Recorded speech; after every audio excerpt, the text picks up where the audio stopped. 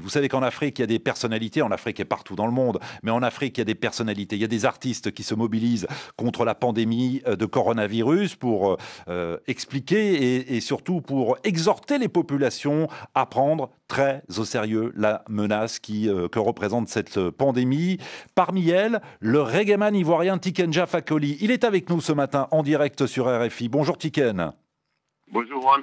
Merci d'être avec nous. Vous êtes à Bamako, au Mali, si mes informations sont bonnes.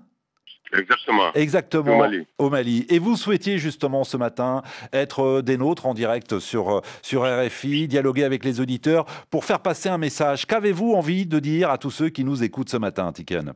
Tous ceux qui nous occupent ce matin, en tout cas tous les Africains, moi je voudrais leur dire qu'il faut qu'on se réveille dès maintenant. On peut encore faire quelque chose. On peut anticiper. Tout le monde connaît la situation de notre système de santé. Alors, quand c'est chaud, en général, nos dirigeants vont se soigner en Europe. Et aujourd'hui, l'Europe même a chaud. Donc, il faut qu'on fasse quelque chose maintenant, qu'on sache que cette maladie est une réalité. Parce que moi, je vis au Mali et je constate que la majorité des populations ne croient pas à l'existence de cette maladie. Quand on leur dit, ils disent non, ça n'existe pas. Et puis, je vois dans le comportement, et à chaque fois que, voilà. Parce que nous, on n'est pas encore confinés à la maison, parce que, mais chaque fois que je sors avec le gel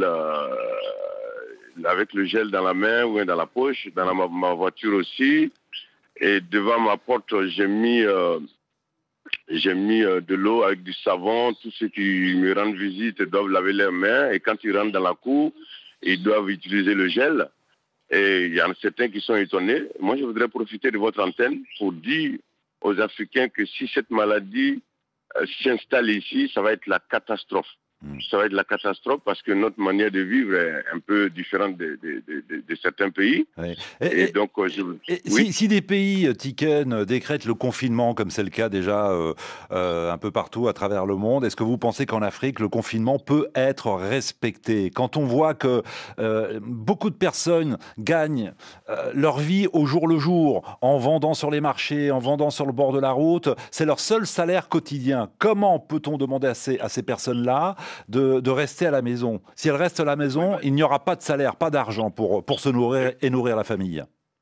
Effectivement, il va être difficile d'imposer le confinement en Afrique, mais au moins que les populations prennent conscience de la réalité, de l'existence réelle de cette maladie. Je pense que si les populations se rendent compte de l'existence de cette maladie et qu'elles prennent des dispositions, déjà, ça peut nous aider. Le problème, c'est que il y en a qui disent non, Dieu va protéger l'Afrique. On a l'impression que Dieu est assis et qu'il a la main que sur l'Afrique. Moi, je leur dis que Dieu a beaucoup d'enfants et qu'il aime tous ses enfants et qu'il y a des enfants de Dieu aujourd'hui qui sont en grande galère par rapport à cette maladie et qu'il faut simplement qu'on anticipe. Donc, je pense qu'il y a un gros travail à faire de sensibilisation. C'est pourquoi je voudrais aujourd'hui interpeller tous les artistes africains. Moi, à partir d'aujourd'hui, voilà, je commence à enregistrer un single et je vais appeler certains collègues pour qu'ils viennent sur ce single-là, pour qu'on commence en tout cas une sensibilisation de masse.